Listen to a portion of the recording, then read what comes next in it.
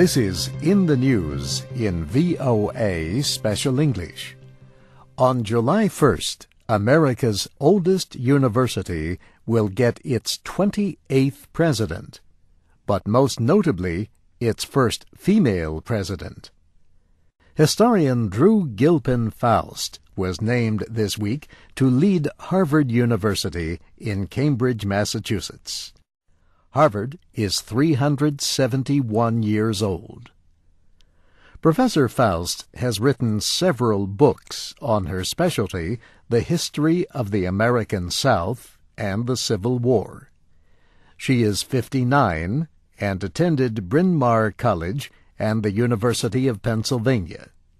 She arrived at Harvard 6 years ago as the founding dean of its Radcliffe Institute for Advanced Study.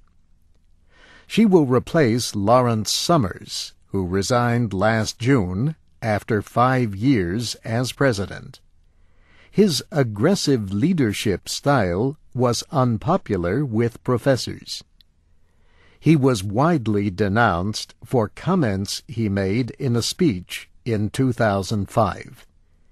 He was discussing possible reasons for the small number of women in top jobs in science and mathematics.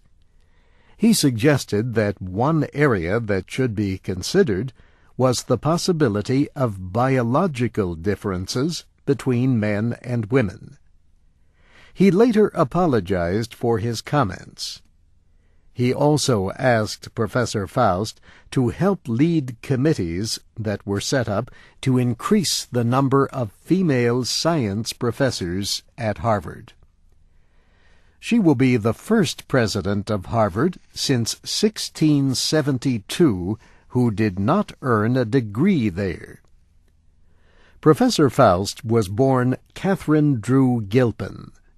She says her mother told her this is a man's world, and that the sooner she learned it, the better. She grew up in a wealthy white family in Virginia, but she rebelled against the way blacks were being treated in the South. As a 9-year-old girl, she even wrote to President Dwight Eisenhower urging him to end racial discrimination.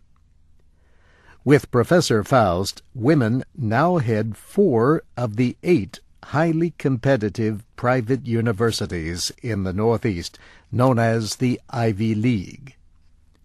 More women and members of ethnic or racial minority groups hold top positions in American colleges and universities than in the past. In 1986, 90% of presidents were male, and 92% were white. But a new report this week says growth in the percentage of women and minority presidents has been slow, especially in the last 10 years. The American Council on Education says 86% of presidents last year were white. 77% were male. The group says women were most likely to head 2-year colleges. But the study also found that, on average, presidents have been getting older and staying in their jobs longer. Researchers say the findings suggest that many will soon retire. They say that might, or might not, mean more women and minorities taking their place. And that's In the News in VOA Special English, written by Brianna Blake.